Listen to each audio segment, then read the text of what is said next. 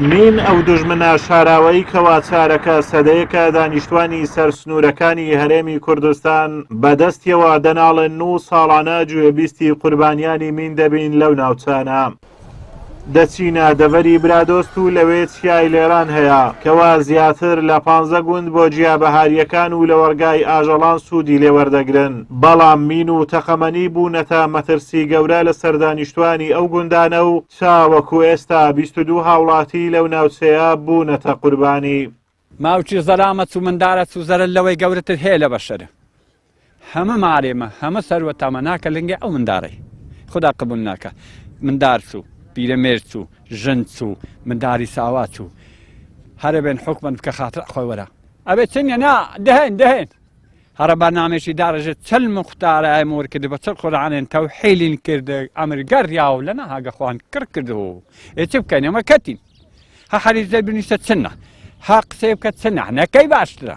ئاوینا لەوێت تێت و ئاو لە کانین تێت و نەوێرین پدوو ئاویدا بچێت ئەلغەمە ئاوێنە هینە وەسەی کەوی ماراتین هەر خر پێچووسون لە ماراتە نییە بابچی بەس ئەو منداڕی چ تاوان هەیە ژنێ چ تاوان هەیە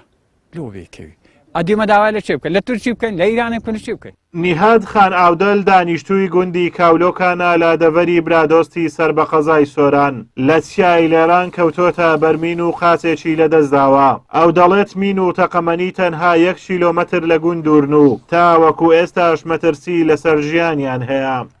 ئەمە لە ساری 99 بەڵغەمێکەکەتم 99 وبەڵغەمێکەکەتم هاوین بوو ئەوە گوندی کالۆکە من لە گوندی کالۆکە دەژیم ئەلغەم لەو گوندەی کیلۆمەترێک دوورە ئەو گوندەش هەموو مەڕووماتی هەیە و زۆر گوندن دە 15-20 گوند ئەو شاخێکەتی ناوەینە ئەو 15 گوندانە ئەلغەمی لێ حیسانەوە بێکە گوند نییە 2 قوربانی 3 قوربانی ئەلغەمی نەبی لەو منتیقی زائی چووی دەستەک لێبووی ئەم یەک بەخۆم قاچم بڕایەتەوە حکومەتش داوا حکومەتێکەکەین ئەو ئەلغەمانی لۆ دەرینێ حیلاجێن لێ بکە جا بە پەرژین بی بە دەرینان بی بە شێوێکی هەبی ئەمە ساحب مەڕووماتین ئەو خەرکەی هەموو دەچیتێ مەجبورە بچیتێ تبی هەبچیتێ پەرژینی لێ نییە ماەکە دەچیتەوی هەبچی بینیتەوە دا ئەوە باکەوی پەکەوتە بی. دەستگای مینیش هۆکاری پاکنەکردنەوەی ئەو ناوچانەی برادۆست لە مین و تەقەمەنی دەگەڕێنێتەوە بۆ زۆری شێڵگەمینەکان و کەمی توانستی مرۆیی ئەوان. سەبارەت بەو ناوچانێکە تاوەکو ئێستا پاک نەکراینەوە لە سنووری ناحیسی دەکان بەهۆی ئەوەی ناوچەمی ڕێژکراوەکان زۆر و هەروە توانستی مرۆیی ئێمە کەمە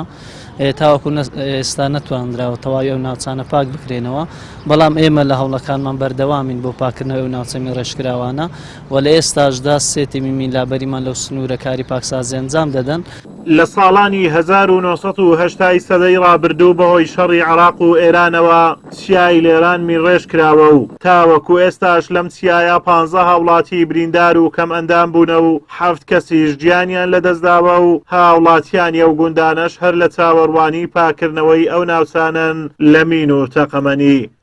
ئازادۆمەراوەی کەناڵی ئاسمانی پەیام دەڤەری برادۆست.